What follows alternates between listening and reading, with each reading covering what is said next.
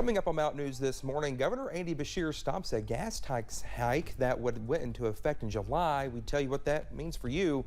And Senator Mitch McConnell discusses possible gun legislation following a string of deadly mass shootings during a recent stop in the Commonwealth. Dedicated to Eastern and Southern Kentucky, this is WYMT Mountain News this morning. 6:31, it's Friday. We made it. I'm Dakota Makris. Thank you for joining us this morning.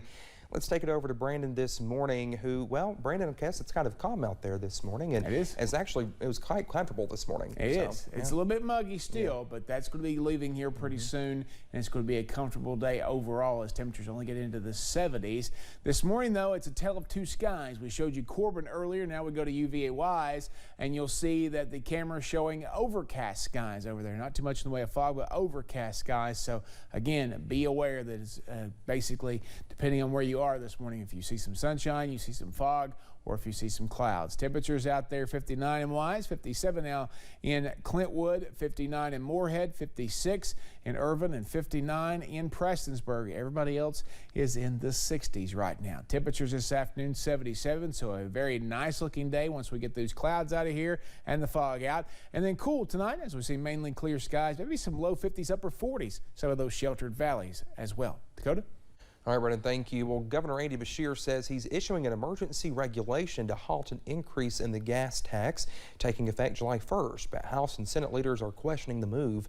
Senate President Robert Stivers says state law requires the Department of Revenue to administer the gas tax.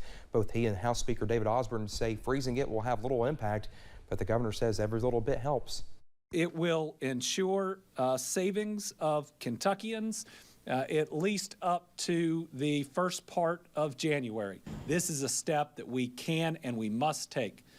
Well, Governor Beshear also says that Kentuckians need to remember there are programs in place such as Community Action or the Child Care Assistance Program to help people struggling to pay for gas or other expenses. Well, Senate Majority Leader Mitch McConnell discussed the rash of mass shootings across the country on Thursday. The top Senate Republican says he believes a bipartisan group of senators could have a compromise on legislation addressing gun violence by next week. McConnell gave a hint about what that compromise could look like. So we're working, hoping to come up with a bipartisan agreement so we can pass something at the federal level that will actually target this problem. McConnell dodged questions on what specific types of gun restrictions he would support. That includes if he would consider backing an expansion in background checks or any further restrictions on assault weapons. He also would not say if he supports funding for mental health initiatives. Well, 3 people are hurt after crashing into a building in Laurel County. Police say it happened around 3:45 Thursday morning on Enterprise Lane off 4th Street. The London Laurel County Rescue Squad shared this picture on Facebook. Well, officials say an adult and 2 teens were taken to a hospital. We do not know their conditions. Police say one of the teens was driving and charges are pending. A Whitley County man was sentenced to life in prison for violent kidnappings.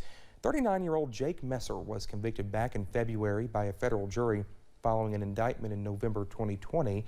Evidence suggests the kidnappings were motivated by an unsuccessful drug deal. That is where Messer and his co-conspirators took their victims to a trailer in Clay County, where they were held there for 24 hours. There, the victims were separated, interrogated, threatened, assaulted, and raped. Members of the business community in Hazard and Perry County met Thursday evening to recap 1 year in local business development. WYMT Zach Hawk was there for the Hazard Perry County Economic Development Alliance annual meeting. The Hazard Perry County Economic Development Alliance was formed by business owners committed to growing the region. Alliance Director Zach Lawrence says they are capping off a great fiscal year and remain excited for the future. We were one county in East Kentucky that got to actually grow on the last census, so I think as far as our population, the look and what we've got going here, we've got the population to go to work. Alliance Chairman Joe Grossman says capitalizing on a strong workforce requires partnership with public officials. We have worked together with the county and the city officials with One East Kentucky to really try to boost employment here in the Perry County area, and in particular here in the Coalfields Industrial Park. Grossman says the job creation in the industrial park continues to be a roaring success. And with more jobs on the way, Perry County Judge Executive Scott Alexander is thinking up ways to find workers for these positions. I think that we're going to have to start recruiting people to come back home to fill some of the jobs that we have. And there's no better place than to live in Appalachia and raise your family. And now it's time we start telling that story along with the good jobs that we have. Grossman told us the Alliance hopes recent success in job creation inspires more local businesses to join them and continue their work. The more people who are gainfully employed in the community, those all become your gainfully employed customers down the road. So, you know, that axiom of the rising tide lifts all boats, their boat gets lifted as well. Officials say new Alliance members will fill critical roles on the board and contribute ideas for future growth. In Perry County, Zach Hawk, WYMT Mountain News. Well, the Archery Shooters Association began this week over in Laurel County. Archers they represent almost 40 different states in the U.S. and some traveled from out of the country. Well, if you're in the area and interested in watching the pros or the non-pros, or if you want to give archery a shot, the events are going on all weekend at the fairgrounds. The one thing we're most proud of as far as what we deliver to the community in addition to the economic impact is the fact that this event allows anybody to come out and see the competition. Along with watching some competition, you can grab a snow cone or a bite to eat from a food truck and check out all the latest gear from dozens of trailer shops set up around the venue.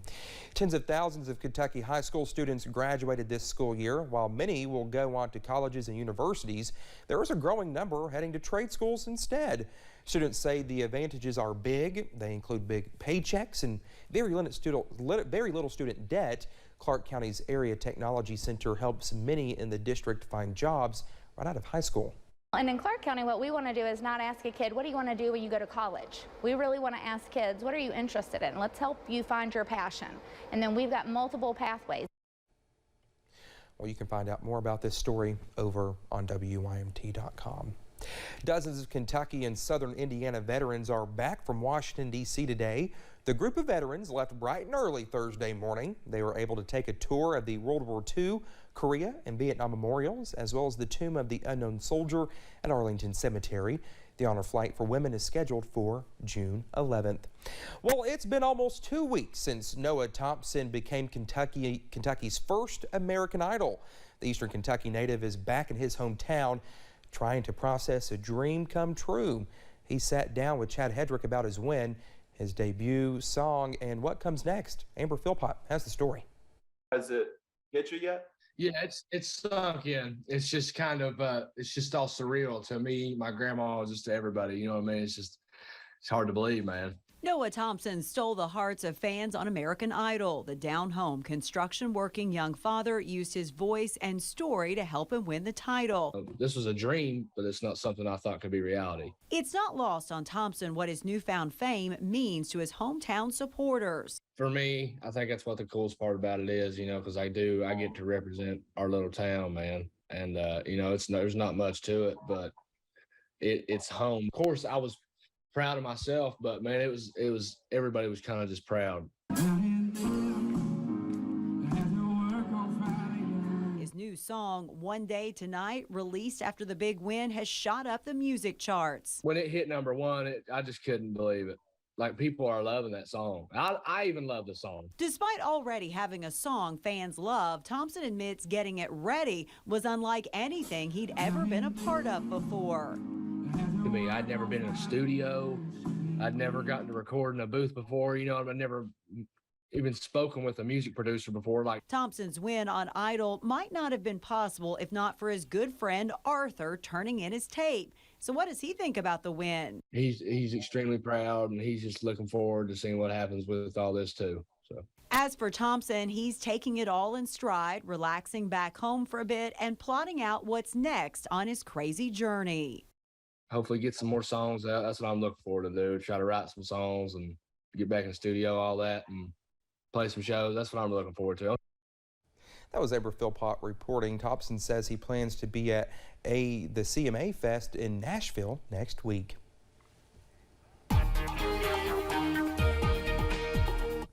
little little bit foggy out there this morning as we cross 640. Coming up on 641, you'll see anywhere with numbers that don't have a number in front of it is dense fog, and you see any number that's got a 5 or below is pretty thick fog. So be careful out there region-wide this morning. You're going to run into some patchy dense fog across the area. 50s and 60s out there this morning. Cool spot is Irvin at 56, and we've got Jacksboro and Jonesville both at 66, so about a 10-degree swing there. Breakfast forecast for you today. We're going to see temperatures slowly climb up there, kind of averaging right around 60 for the most part, and then they'll get into the low 60s and then mid and upper 60s and eventually 70s before the day is all said and done. Dakota?